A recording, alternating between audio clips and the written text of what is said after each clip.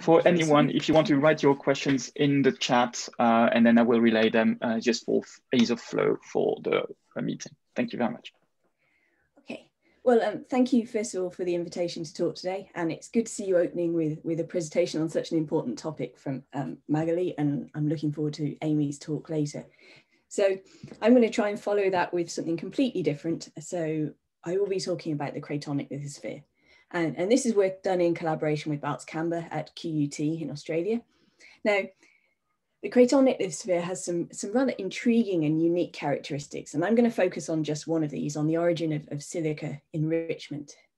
So let's move on. So just a little bit of background, the Cratonic Lithosphere is the mantle underlying Archean cratons, these first large, robust continental land masses, which are the bits shown in red on the map up here. And then the lower map here shows a view below the African continent. And you can see the Cratonic Lithosphere in blue, composed of highly depleted peridotite. It has had a lot of melt extracted from it. That's removed a lot of heat producing elements, meaning that it's cool. And so it shows up on these really nice seismic tomography images. So you can see that it extends 200 to 250 kilometers below the surface. And these areas here, this Cratonic Lithosphere is considered to be the residue left after removal of the melt that formed those first continents. So understanding how it formed is really crucial for understanding the origin of the continents, you know, a really fundamental question in earth science. And the thing is, we don't really know how it forms. So this image shows the range of models proposed for the formation of the Cratonic Lithosphere. So on the left here, we have shallow melting models, melting in a ridge or a subduction zone, followed by stacking of oceanic lithosphere. So these are models based on modern processes. And then on the right, we have deep melting models involving large plumes, convective overturns, perhaps collapse of a barrier between the lower and upper mantle. So here we're looking at processes that operated somewhat different in the Archean. And then we have hybrid models with first plume and then stacking and vice versa. So essentially anything you can imagine has been proposed.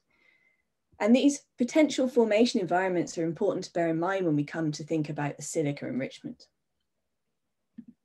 Okay, so potentially linked to the formation mechanism is the unexpected silica contents of peridotites from the Cratonic Lithosphere. And that is what is illustrated on this plot here, which shows modal olivine against olivine magnesium number. Now, the black lines show experimental trends for the evolution of a residue after melting of fertile peridotite at a range of pressures, so 1, 3, and then 6 GPa. And then these colored symbols are natural peridotite compositions and mineralogies from 6 different cratons. And you can see that these sit at consistently high magnesium number and span a range of olivine contents, and their distribution really bears no resemblance to these experimental melting trends. In particular, this cluster of data up here from Kaapvaal craton and the Siberian cratons, the red and yellow here, which extend to very high silica, and this manifests as high orthoperoxene, low olivine samples. Now, this is an old problem. It was recognized, I think, first by Boyd in 1989, and numerous models have since sought to explain this silica enrichment and this distribution of olivine and OPX contents in the Cratonic Lithosphere within the context of those various different formation models. So the most simple model is then silica enrichment via high pressure melting. So you can see on this plot of experimental data, this is also olivine mode against olivine magnesium number. You can see on the plot that at least to 7 GPa, higher melting pressures yield residues with higher silica contents and therefore lower olivine. However, even here, even at the highest pressures, the silica contents don't reach the average values seen, particularly in the Kaapvaal craton, even when we melt at high pressure. And in addition, peridotite xenoliths at these locations, so here the natural data is shown as cross marks, and this is modeled residue trends for different pressures. We get contradictory pressure information when we look at different elements, and this was shown by Hertzberg in 2004. So if we look at the iron here, you can see the natural data overlap with compositions of residues produced by melting at high pressures, 5, 7, 10 GPa. So the iron, like the silica, predicts a high pressure melting environment. But the opposite is then true for aluminium. Down here, where the natural data overlap with the experimental trends for 1 or 2 GPa, so predicts low pressure melting. And this contradictory pressure information suggests that these peridotites are not the residues of simple melting at any pressure. So if we look in a little bit more detail at the distribution of silica enrichment, which is what's shown here, you can see that it's skewed and sometimes multimodal. So these plots show histograms and kernel density functions for garnet bearing in purple and garnet green garnet free in green peridotites from 6 different cratons. And if we just zone in on the Kaapvaal craton here, you can see this has a mode at low olivine or high orthopyroxene here, and then a skew towards higher olivine contents. There is also a low olivine mode in just the garnet bearing peridotites from Tanzania, down here. And then in these two, the slave and the ray cratons in North America, these have a mode at relatively higher olivine contents, but a skew towards lower olivine contents. And this low olivine mode is also seen in Siberia, which has a bimodal distribution here. And Ionov has shown that these two populations have different rhenium-osmium ages. So this age, and in some places depth stratification, as we see here, suggests a multi-stage rather than a continuum process causing this silica enrichment that we see in cratonic peridotites. And incidentally, that we don't see in younger peridotites from continental lithosphere. So as a result of those sorts of observations, silica enrichment is commonly attributed to reaction. So reaction with fluids or melts. And this is something that is supported by textures like these unusual and rather beautiful orthopyroxene-rich veins here in a cratonic peridotite from Kimberley in the Kaapvaal, and then from the same location, these enormous orthopyroxene crystals within the more normal granular peridotite. And so as a result of textures like these, favored models are fluid or melt rock reaction, and in particular in the shallow settings in arc or ridge environments. So a popular model is fluid or melt fluxing at a mantle wedge. So formation in an arc setting and then silica addition by fluid or melt fluxing in the mantle wedge. And indeed rare arc peridotites from more modern settings like this one from Kamchatka are indeed quite silica-rich, but they're typically dominated by lertzlites with high clinopyroxene contents, 10 to 20%. And these clinopyroxene-rich compositions contrast with the depleted Hartsbergite mineralogy and the really refractory trace element compositions of cratonic peridotites. Another major model is then silica enrichment via leaching or during marine weathering and serpentinization at a mid-ocean ridge. And that is based partly on this sort of comparison where we've got the cratonic peridotite compositions at the top here, separated the African and the non-African, compared to the magnesium silica ratios in abyssal peridotites. And they would appear to have similar silica magnesium compositions here. However, a really important constraint has recently been imposed by the observation that Archaean cratonic peridotites worldwide, so from a range of different cratons, span a very narrow range of oxygen isotope compositions. So they're indistinguishable from ordinary upper mantle. So the Archean cratonic peridotites are shown in pink here. We've got olivine and orthopyroxene. They span a narrow range and they're in equilibrium with each other. And this contrasts with the data over here, which is both shows higher oxygen isotope contents and more variable oxygen isotope contents of Proterozoic and Phanerozoic peridotites formed in both arc, this is the blue data, and abyssal environments in green. And this difference argues against a recycled origin for the reacting agent. And instead, it's likely that the silica enrichment was caused by reaction with mantle-derived melt. And then additional information comes from the ages of the garnets in those sort of large and vein OPX crystals, so the silica-rich portions. And this plot here shows lutetium, hafnium isotope compositions for some of these garnets from Kimberley in the warm colors. And these lie on the same isochron as garnets in more normal peridotites from the same location, this data from Branchetti et al. So this age at 2.7 billion years indicates that silica enrichment and orthopyroxene formation doesn't significantly post-date craton formation. and so is not a particularly recent event, perhaps associated with more recent magmatic activity.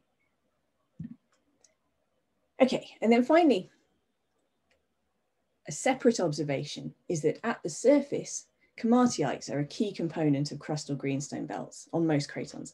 So, and the ultramafic compositions of komateites with magnesium contents of sort of 20 to 40% here, the ultramafic compositions of these komateites requires protracted and extensive melting of the Archean lithosphere. And this is an observation that at least qualitatively complements the highly refractory nature of cratonic hartsbergite, so the material we were just looking at.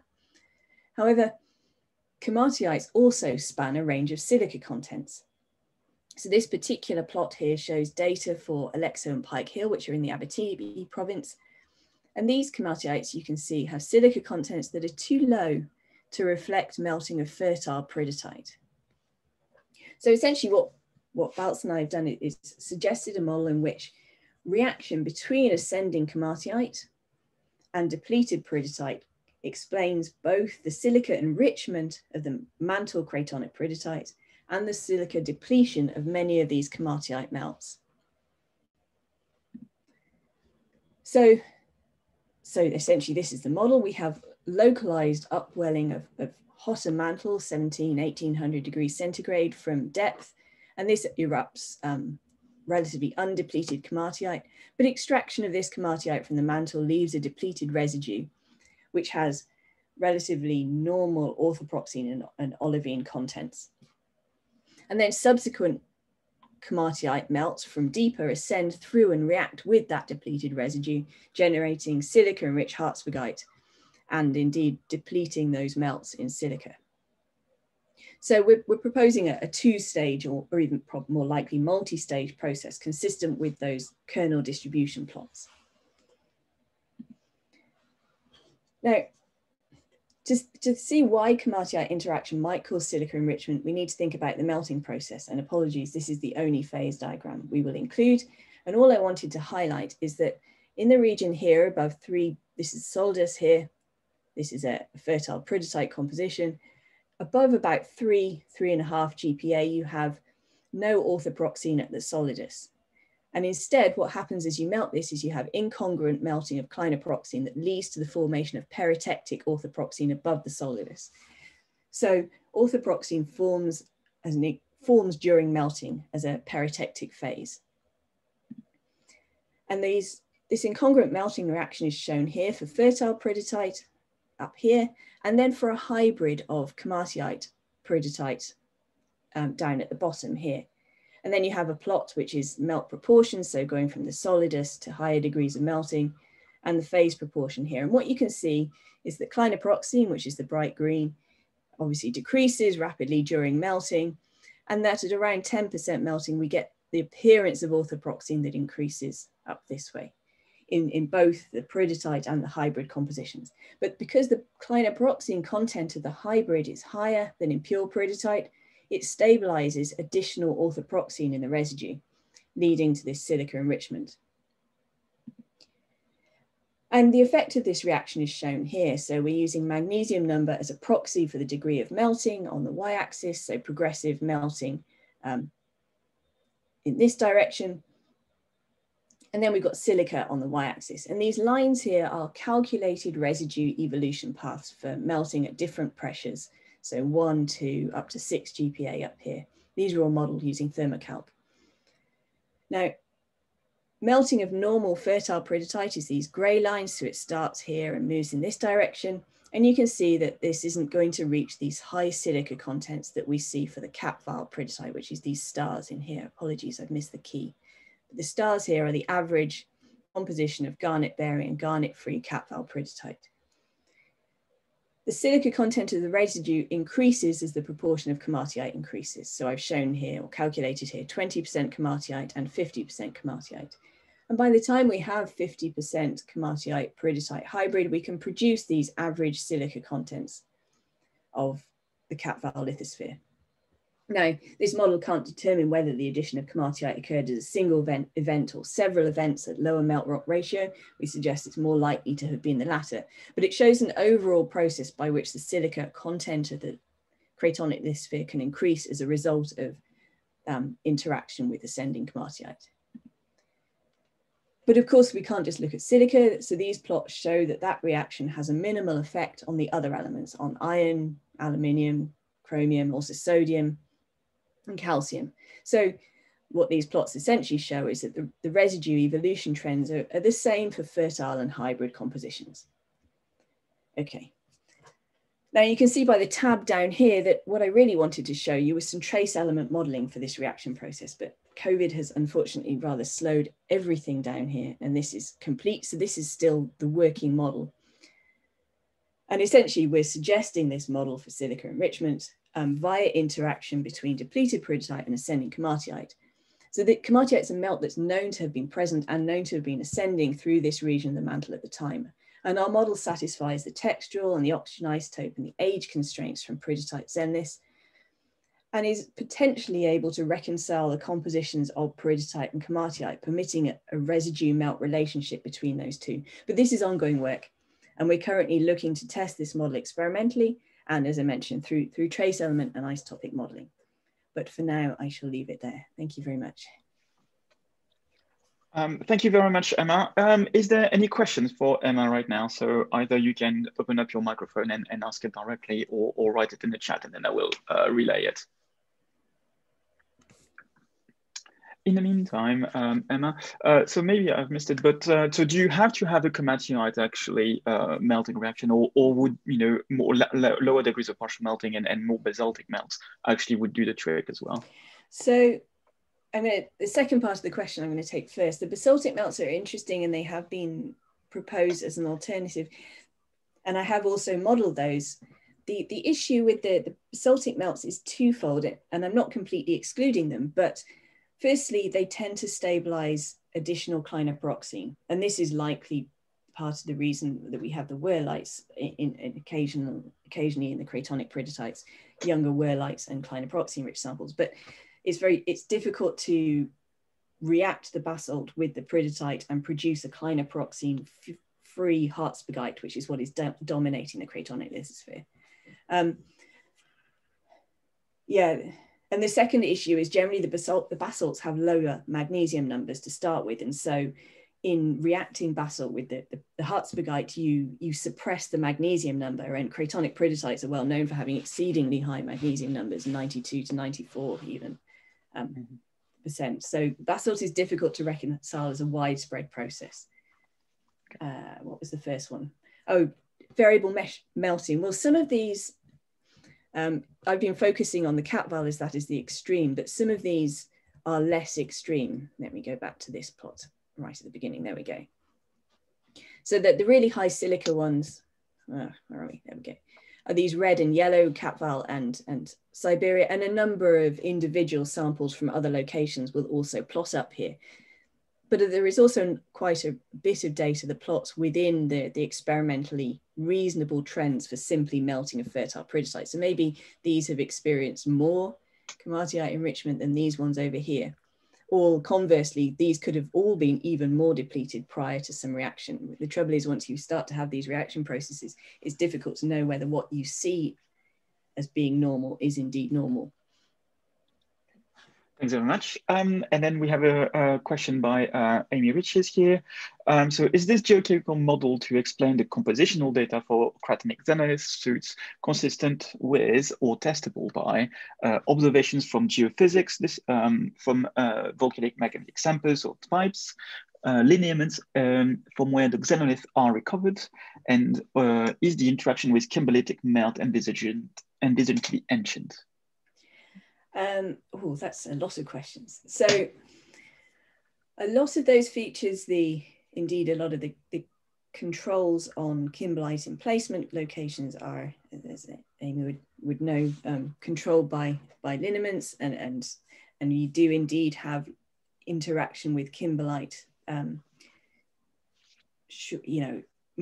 typically more recent than formation. So a lot of we've done some work dating kimberlite interaction with similar peridotites like this, and getting ages that are generally much closer to kimberlite in placement age.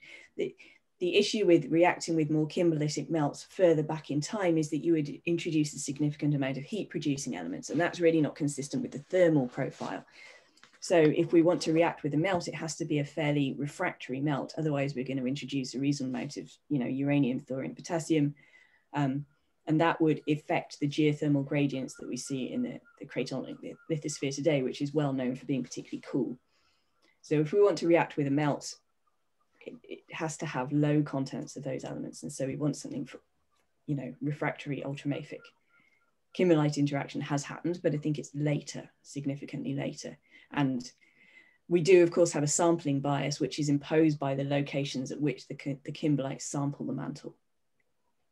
That is, I think, unavoidable, unless we can look at geophysics and look at the mineralogies that can be reconstructed from seismic tomography profiles, for example. But I don't know if those have the resolution to distinguish between, say, olivine and orthopyroxene.